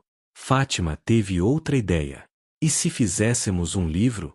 Um livro ilustrado por Amira, com histórias contadas pelas crianças refugiadas? Laura não apenas apoiou. Ela foi atrás de patrocinadores. E conseguiu. 6 meses depois, o livro estava pronto. Histórias Sem Fronteiras era uma coleção de contos infantis escritos por crianças refugiadas, ilustrados por Amira, bilíngues em português e nos idiomas de origem. O lançamento aconteceu em uma livraria local. E o lugar estava lotado. Pais, professores, jornalistas, curiosos. E no meio de todos, as crianças. Pequenos autores segurando exemplares do próprio livro, os olhos brilhando de orgulho. Hassan estava inconsolável. Ver o nome da filha impresso, ver seus desenhos publicados, ver seu talento reconhecido. Era mais do que ele havia ousado sonhar quando estava parado naquela estrada, 2 anos atrás, acenando para carros que não paravam. Ele abraçou Laura com força. Você nos deu futuro, ele disse. Não apenas a mim, mas a minha filha. Aos meus netos que ainda nem nasceram. Você mudou gerações. Mas Laura sabia que não era só ela. Era uma rede inteira de pessoas. Cada uma contribuindo com o que podia. Pedro com sua organização. Márcia com seu ensino. Os advogados com seu tempo. Os patrocinadores com seus recursos. Os voluntários com sua dedicação. E principalmente, os próprios refugiados, com sua resiliência, seus talentos, sua humanidade inabalável. Foi nessa época que Laura recebeu um convite inesperado. Uma universidade federal queria que ela desse uma palestra sobre o trabalho da organização. Não era apenas uma palestra. Era uma aula inaugural para alunos de pedagogia, letras e serviço social. Laura ficou nervosa. Nunca tinha falado para uma plateia tão grande. Mas aceitou. No dia da palestra, o auditório estava cheio. Mais de 300 pessoas. Laura subiu ao palco com as pernas tremendo. Mas quando começou a falar, algo aconteceu. As palavras fluíram. Ela contou a história de Hassan na estrada. Contou sobre Fátima e o bebê. Sobre David e sua família. Sobre Carmen e seus filhos. Sobre Amira e seus desenhos. E sobre como cada uma dessas histórias tinha mudado a sua própria vida. Eu era uma professora bem-sucedida, Laura disse. Ganhava bem. Tinha reconhecimento. Mas estava vazia. Porque eu tinha esquecido o propósito da educação. Não é sobre acumular conhecimento. É sobre construir pontes. Entre culturas. Entre pessoas. Entre mundos. E quando você usa o que sabe para conectar, para elevar, para amar, aí você encontra algo que dinheiro nenhum pode comprar. você encontra significado. A plateia estava em silêncio. E então Laura disse algo que nem ela sabia que precisava dizer. Mas eu também preciso ser honesta com vocês. Esse caminho não é fácil. Eu quase desisti várias vezes. Chorei. Tive medo. Duvidei de mim mesma. E aprendi que servir não é sobre ser super-herói. É sobre ser humano. É sobre reconhecer suas limitações. Pedir ajuda. Dividir o peso. E entender que você não pode salvar todo mundo. Mas pode amar todo mundo. E às vezes, ser amado é o que salva. Quando terminou, a sala explodiu em aplausos. Mas o que marcou Laura não foram os aplausos. Foi o que aconteceu depois. Dezenas de alunos se aproximaram, querendo ser voluntários, querendo ajudar, querendo fazer parte. E Laura percebeu que estava acontecendo algo maior do que ela havia imaginado. A história de Pontes de Esperança estava inspirando outros. Estava plantando sementes. Estava criando um movimento. Nas semanas seguintes, a organização recebeu mais de 100 inscrições de voluntários. Estudantes, profissionais, aposentados. Pessoas de todas as idades querendo contribuir. Laura e Pedro precisaram criar um processo de seleção. Um programa de treinamento. Uma estrutura para acomodar tanta gente. E com mais pessoas, vieram mais ideias. Um grupo de estudantes de psicologia criou um programa de apoio emocional para refugiados que sofriam de trauma. Uma nutricionista voluntária começou a dar aulas sobre alimentação saudável com baixo custo. Um advogado especializado em direitos humanos criou uma clínica jurídica gratuita. Um dentista ofereceu atendimento odontológico mensal. Pontes de Esperança estava se tornando mais do que uma escola de idiomas. Estava se tornando uma comunidade. Um lugar onde pessoas feridas pela vida podiam encontrar cura. Não apenas dos refugiados, mas também dos voluntários. Laura conheceu uma mulher chamada Silvia que começou a voluntariar depois da palestra. Silvia tinha 50 e poucos anos, acabado de se divorciar depois de 30 anos de casamento. Estava perdida, sem propósito, sentindo que a vida tinha acabado. Mas quando começou a ensinar português para refugiados, algo dentro dela renasceu. Eles me lembraram que recomeço é possível, Silvia disse um dia para Laura. Eles perderam tudo e ainda estão aqui, tentando. Se eles podem, eu também posso. E essa era a magia que Laura estava descobrindo. Servir não era uma rua de mão única. Quem ajudava também era ajudado. Quem ensinava também aprendia. Quem dava também recebia. Era uma troca. Uma dança. Um ciclo de amor que se multiplicava em vez de se esgotar. Mas em meio a todo esse crescimento, toda essa alegria, toda essa transformação, veio também uma dor profunda. Uma noite, Laura recebeu uma ligação de Márcia. A voz dela estava quebrada. É o Ahmed, ela disse. Ahmed era um refugiado afegão que tinha começado as aulas há 3 meses. Um homem quieto, tímido, mas sempre educado. Ele se suicidou. A polícia encontrou o corpo hoje de manhã. Laura sentiu o chão desaparecer sob seus pés. Ahmed. Ela lembrava dele. Lembrava de como ele sorria timidamente quando conseguia formar uma frase correta. Lembrava de como ele sempre agradecia no final de cada aula. Mas também lembrava de algo mais. De como ele sempre parecia distante. De como havia uma tristeza nos olhos dele que nunca desaparecia completamente. E ela não tinha percebido. Não tinha perguntado. Não tinha ido mais fundo. O funeral foi pequeno. Ahmed não tinha família no Brasil. Apenas alguns colegas refugiados e a equipe de Pontes de Esperança compareceram. E enquanto estava ali, vendo o caixão de um homem que ela mal conhecia, Laura sentiu o peso de todas as vidas que ela não conseguiu tocar. De todas as dores que não conseguiu curar. De todos os Ahmeds que estavam lá fora, invisíveis, sofrendo em silêncio. Ela voltou para casa naquela noite e desabou. Chorou como não chorava há meses.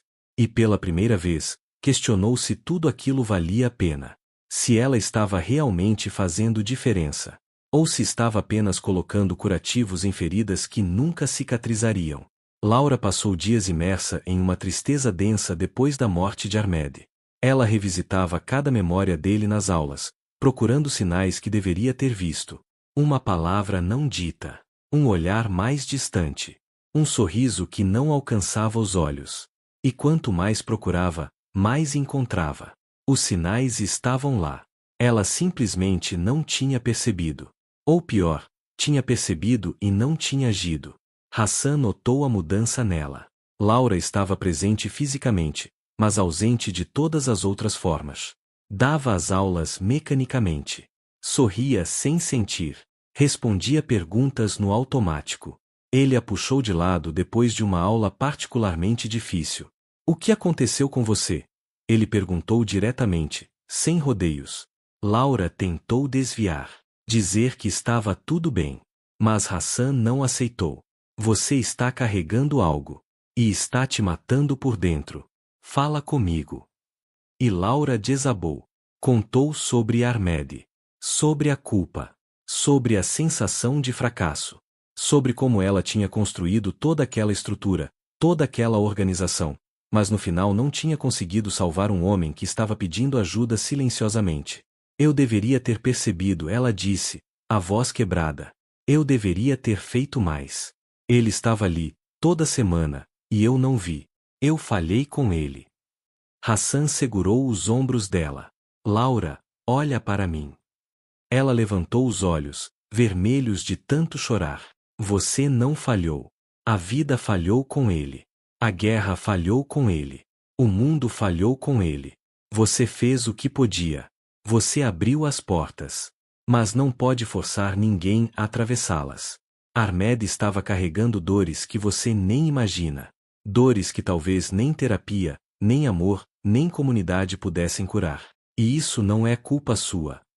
Laura queria acreditar. Mas a culpa era uma pedra pesada no peito. Hassan continuou. Você quer saber quantas pessoas eu conheci que se mataram na Síria? Durante a guerra? Depois da guerra? Pessoas boas. Pessoas fortes. Pessoas que simplesmente não aguentaram mais. E sabe o que eu aprendi? Que a gente não pode salvar todo mundo. Mas isso não significa que a gente desiste de tentar. Porque para cada Ahmed que nós perdemos, tem um Hassan que foi salvo. Tem uma Fátima que encontrou esperança. Tem um David que reencontrou a família. Você não pode deixar a tristeza de uma vida perdida apagar a alegria de todas as vidas transformadas. Mas Laura não conseguia simplesmente virar a página.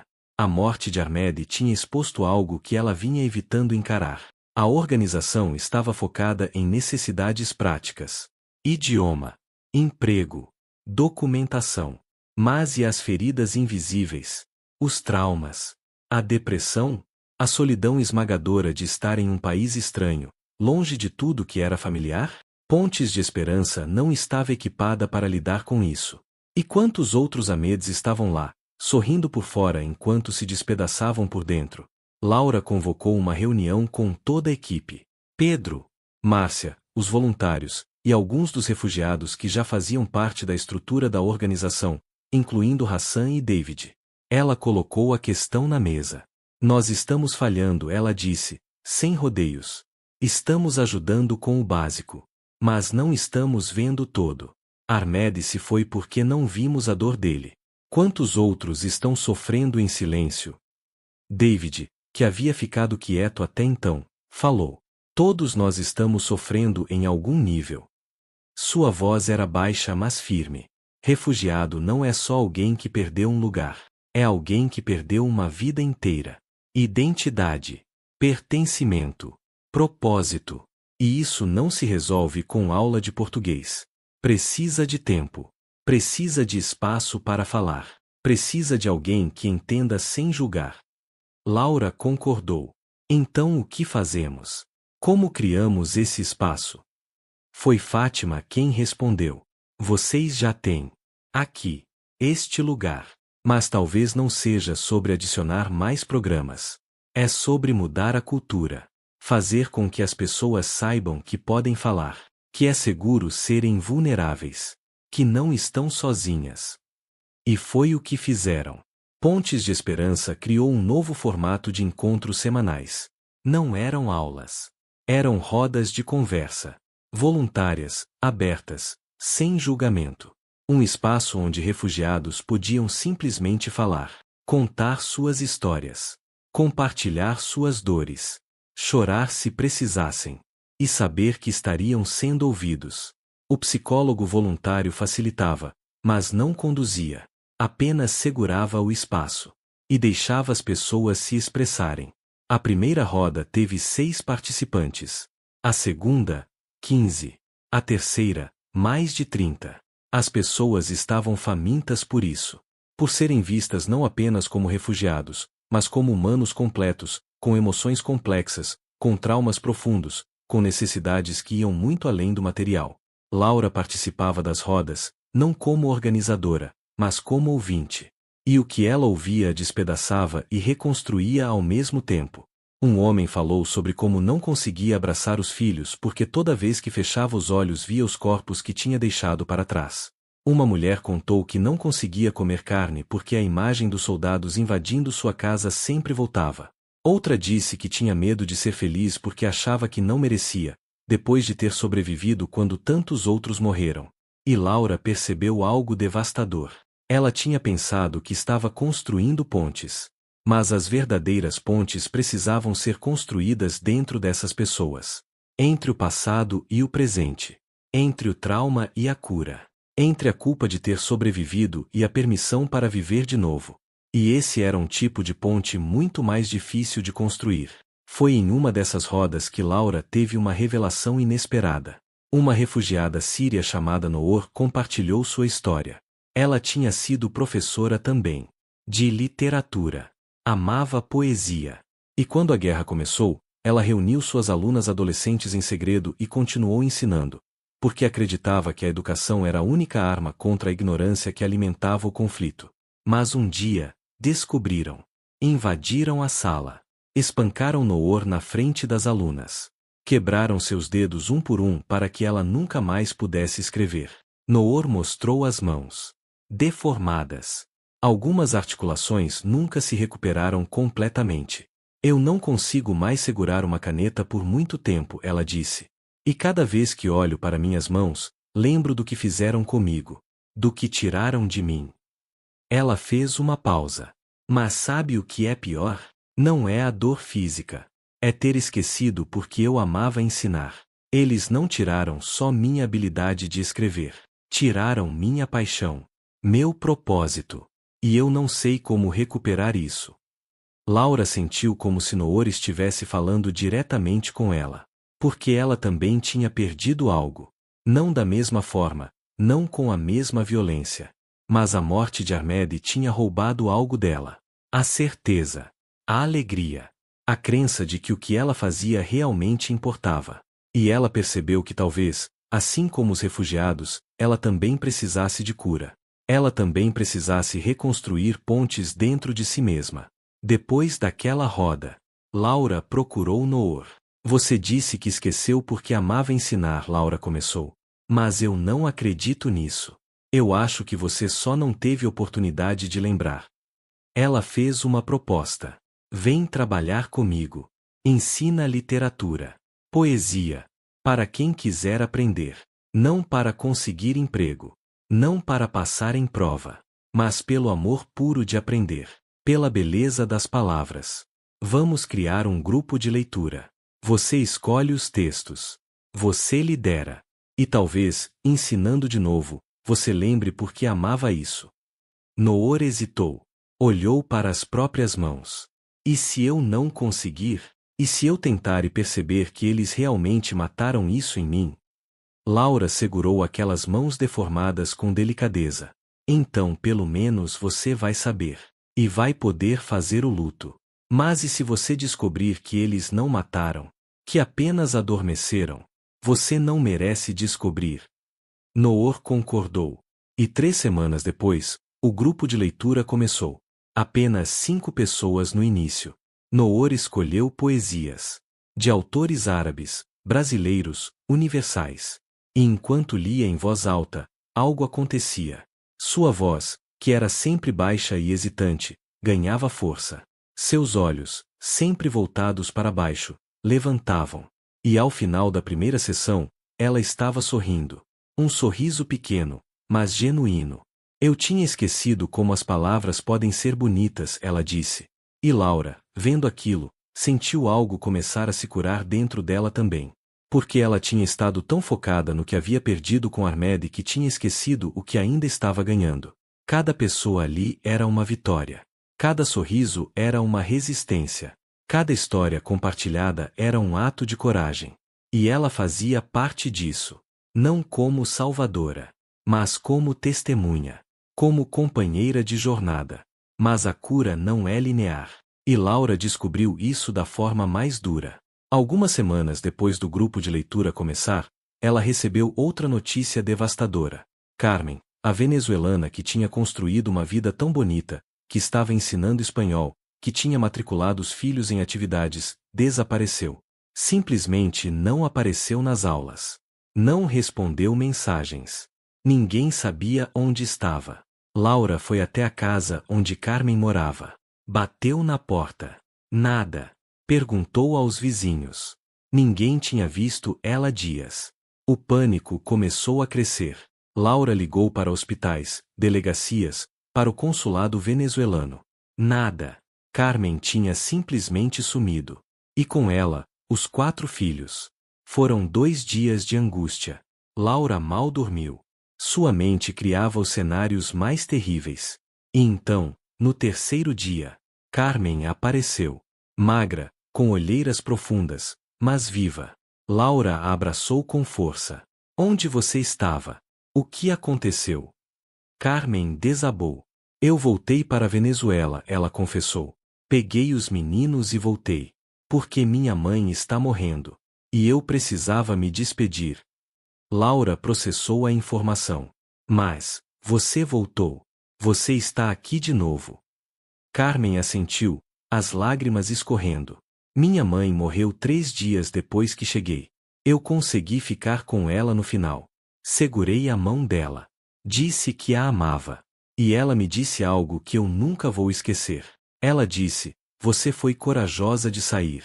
Não volte atrás. Vive. Por mim. Por você. Pelos seus filhos. Vive. Carmen fez uma pausa, tentando recuperar a composição. Então eu voltei. Para o Brasil. Porque aqui é onde a gente pode viver. Lá, a gente só sobrevive. E eu quero mais do que isso para os meus filhos. Laura segurou Carmen enquanto ela chorava. E percebeu que a jornada dos refugiados nunca realmente terminava.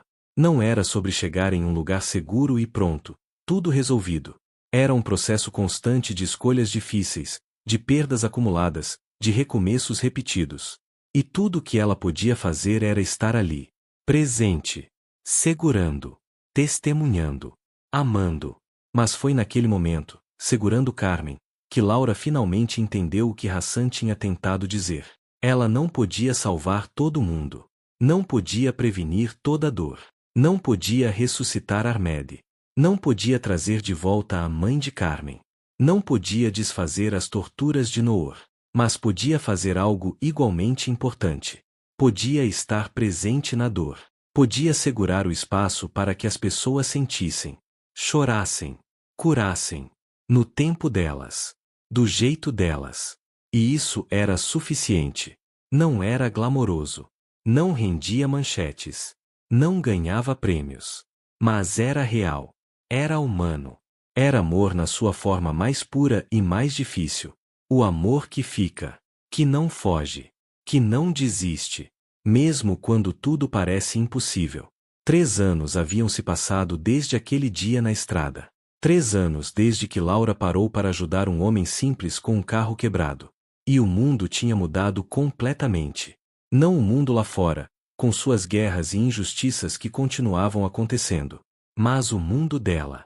O mundo das pessoas ao seu redor. O pequeno universo que ela tinha ajudado a criar, tijolo por tijolo, lágrima por lágrima, sorriso por sorriso. Pontes de esperança agora ocupavam um prédio inteiro. 3 andares. No térreo, as salas de aula de idiomas. No primeiro andar, os grupos de apoio, as rodas de conversa, os atendimentos psicológicos. No segundo, um espaço cultural onde aconteciam exposições de arte, apresentações musicais, recitais de poesia, celebrações das diferentes culturas representadas ali. Era um lugar vivo, pulsante, cheio de cores, sons, histórias. Um pedaço do mundo inteiro transplantado para aquele canto da cidade. Laura estava em seu pequeno escritório no segundo andar, olhando pela janela, quando Pedro bateu na porta. Tem alguém aqui que quer te ver, ele disse, com um sorriso misterioso. Laura franziu a testa. Quem? Pedro apenas abriu a porta maior. E lá estava Hassan. Mas não estava sozinho. Ao seu lado, um homem mais velho, de barba grisalha, roupas elegantes, postura ereta. Hassan estava radiante. Laura, este é meu pai. Ele conseguiu sair da Síria. Finalmente. Laura sentiu as lágrimas virem imediatamente. Ela sabia o quanto Hassan tinha lutado para trazer os pais. Quanto dinheiro tinha juntado. Quantos processos tinha movido. Quantas noites tinha passado em claro, preocupado. E agora ele estava ali. O pai de Hassan. O homem que criou o homem que tinha mudado tudo. Hassan falou com o pai em árabe, apontando para Laura. O pai deu um passo à frente. E então, com voz firme mas emocionada, disse em árabe, meu filho me contou tudo. Como você parou na estrada. Como você o ajudou. Como você mudou nossa família. Eu vim aqui para te agradecer pessoalmente. E para te dar algo. Ele abriu uma pequena sacola de tecido. De dentro, tirou um livro antigo, com capa de couro desgastada, páginas amareladas pelo tempo. Este livro pertenceu ao meu avô, ele explicou, ainda em árabe, com Hassan traduzindo para Laura. É um livro de poesias árabes antigas. Tem mais de 100 anos. Sobreviveu a guerras, a perseguições, a fugas. Meu avô passou para meu pai. Meu pai passou para mim. Eu deveria passar para Hassan. Mas eu quero que você tenha. Porque você é parte da nossa família agora. E porque este livro fala sobre pontes. Sobre como as palavras podem conectar mundos. E é isso que você faz. Laura pegou o livro com mãos trêmulas. Sentiu o peso dele. Não apenas físico, mas o peso de gerações. De história. De confiança. Eu não posso aceitar isso, ela sussurrou. É muito precioso. O pai de Hassan sorriu. Exatamente por isso você deve aceitar. Para que você saiba o quanto o que você fez significa. Para nós. Para todos que passaram por aqui. Laura abraçou o pai de Hassan. E depois abraçou Hassan. E chorou. Chorou de gratidão. Chorou de alegria. Chorou porque naquele livro antigo estava toda a prova de que ela precisava. De que pequenos gestos importam. De que parar para ajudar alguém pode mudar não apenas uma vida, mas gerações inteiras. Naquela noite, Laura levou o livro para casa. Sentou-se na sala, sob a luz suave do abajur, e começou a folhear. Não conseguia ler árabe com fluência para entender a poesia completamente. Mas conhecia o suficiente para captar fragmentos. Versos sobre deserto e chuva. Sobre separação e reencontro. Sobre perda e esperança. E enquanto lia, Laura pensou em sua própria jornada. Ela tinha começado querendo salvar pessoas. Achando que seus 9 idiomas, suas habilidades, seu conhecimento eram as ferramentas que mudariam vidas. Mas o que ela tinha aprendido, ao longo desses 3 anos de tropeços, acertos, dores e alegrias, era algo muito mais profundo. Ela não salvava ninguém. Ela apenas criava espaços. Espaços onde as pessoas podiam se salvar a si mesmas. Onde podiam se reconectar com quem eram antes do trauma. Onde podiam descobrir quem podiam se tornar depois da dor. Hassan não precisava que ela o salvasse naquela estrada. Ele precisava que alguém o visse. Fátima não precisava que ela resolvesse todos os seus problemas. Ela precisava de alguém que acreditasse nela. David não precisava que Laura trouxesse sua família de volta. Ele precisava de alguém que não desistisse dele enquanto ele lutava. Carmen precisava de alguém que estivesse ali quando ela voltasse, pronta para recomeçar de novo.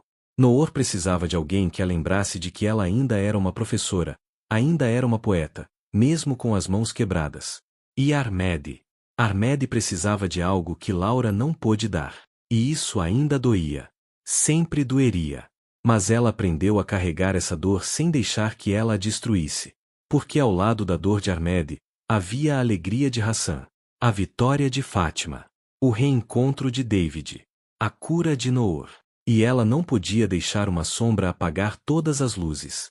A vida tinha ensinado a Laura que servir não era sobre ter todas as respostas. Era sobre estar presente nas perguntas. Não era sobre ser forte o tempo todo. Era sobre ser honesta sobre a própria fraqueza. Não era sobre dar tudo. Era sobre dar o que podia e confiar que outros dariam o resto. Não era sobre ser indispensável. Era sobre ser parte de uma rede, uma teia, uma comunidade onde cada fio importava, mas nenhum fio sozinho sustentava tudo. Algumas semanas depois do encontro com o pai de Hassan, Pontes de Esperança completou 3 anos. E a equipe organizou uma celebração. Não algo formal ou corporativo, mas uma festa. Uma verdadeira festa. Com comida de todas as nacionalidades representadas ali. Música síria, venezuelana, haitiana, congolesa, brasileira. Dança. Risos. Crianças correndo. Bebês no colo. Avós contando histórias. Era um pedaço do mundo como deveria ser. Sem fronteiras. Sem muros. Apenas humanos celebrando humanos. No meio da festa, Pedro pediu atenção. Eu queria fazer um brinde, ele disse, levantando um copo de suco, já que havia muçulmanos presentes que não bebiam álcool. Para Laura, a mulher que começou tudo, que nos ensinou que a maior fluência não é em idiomas, é em humanidade.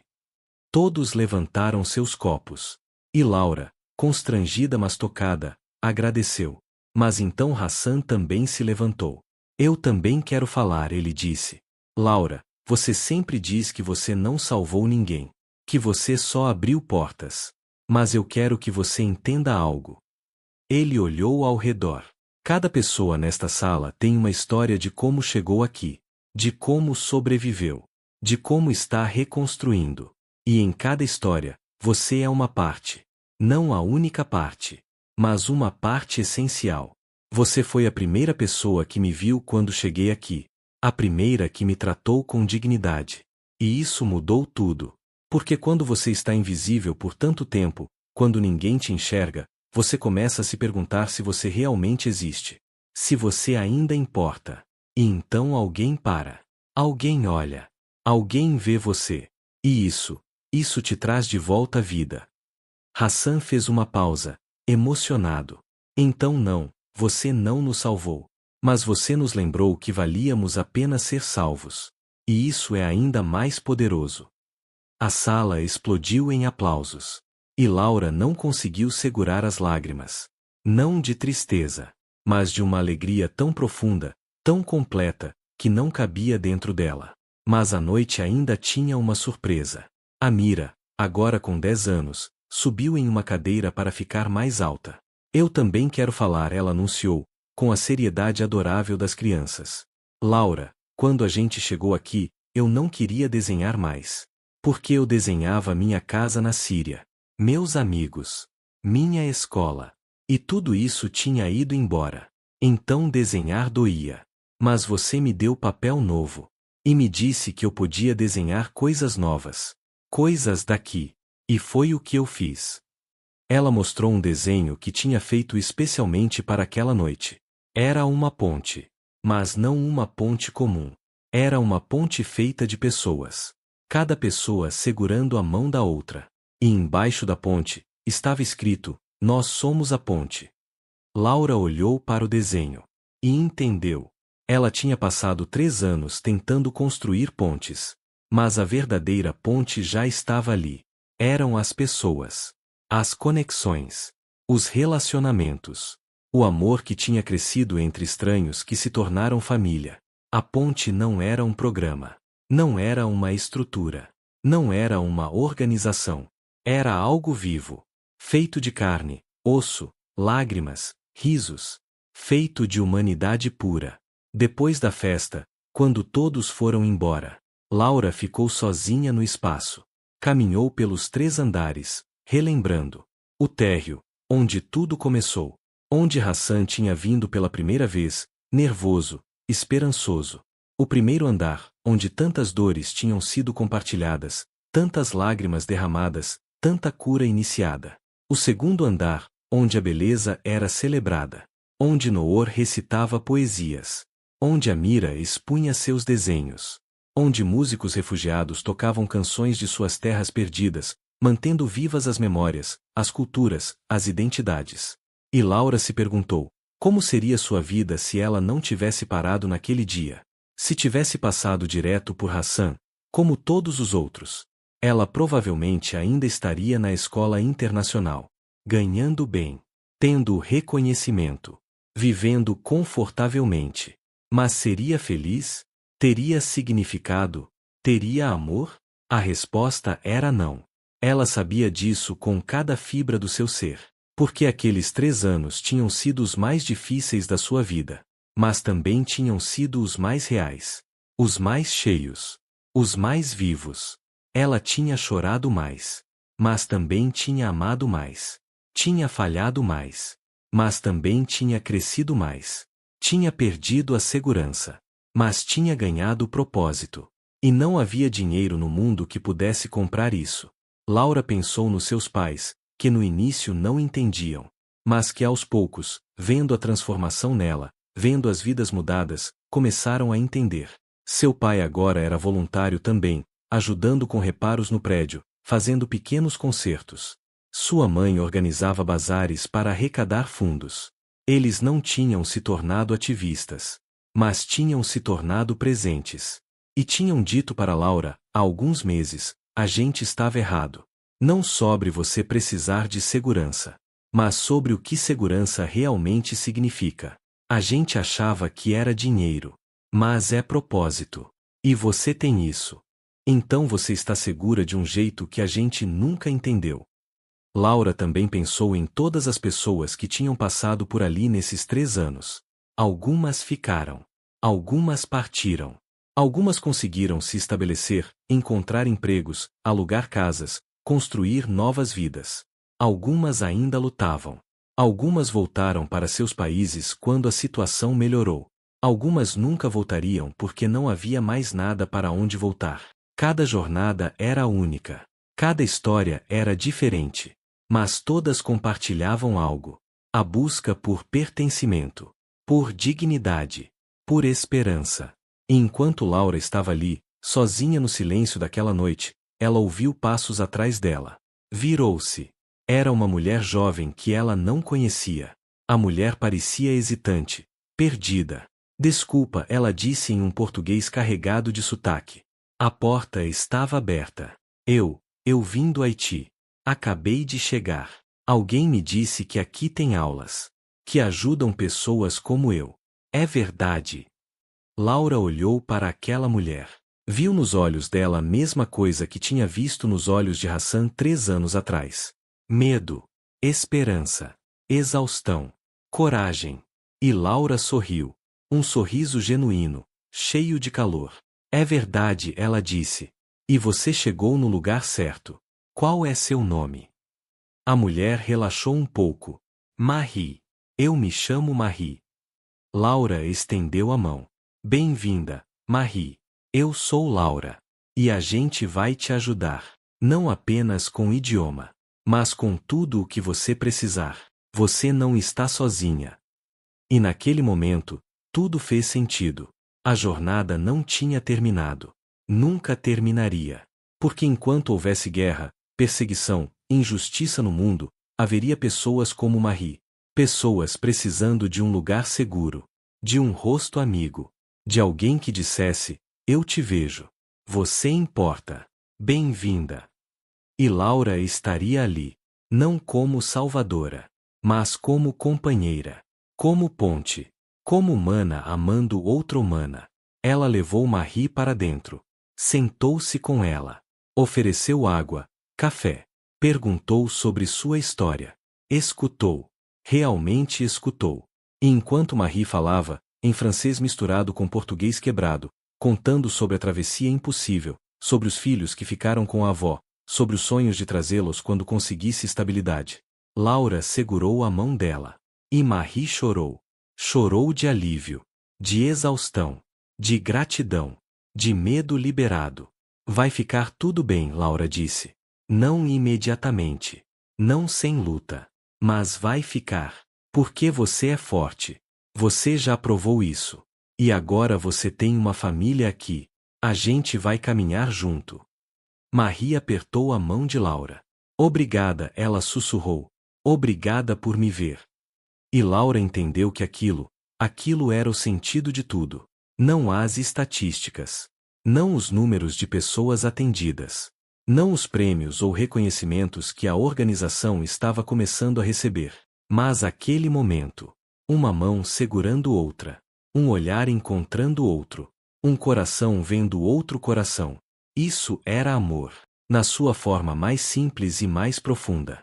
Quando Marie foi embora, com informações sobre as próximas aulas, com um pacote de comida que Laura improvisou do que tinha na cozinha comunitária, com a promessa de que voltaria no dia seguinte, Laura finalmente foi para casa. Já passava da meia-noite. A cidade estava quieta. E Laura dirigiu pelas mesmas ruas que tinha dirigido há 3 anos. Passou pela estrada onde tudo começou. E sorriu. Porque ela finalmente tinha a resposta para a pergunta que carregava desde a morte de Ahmed. Vale a pena? Todo o esforço, toda a dor, toda a luta, vale a pena? Sim. 1000 vezes sim. Porque não era sobre salvar todo mundo. Era sobre amar todo mundo que cruzasse seu caminho. E no final, o amor sempre vale a pena. Sempre.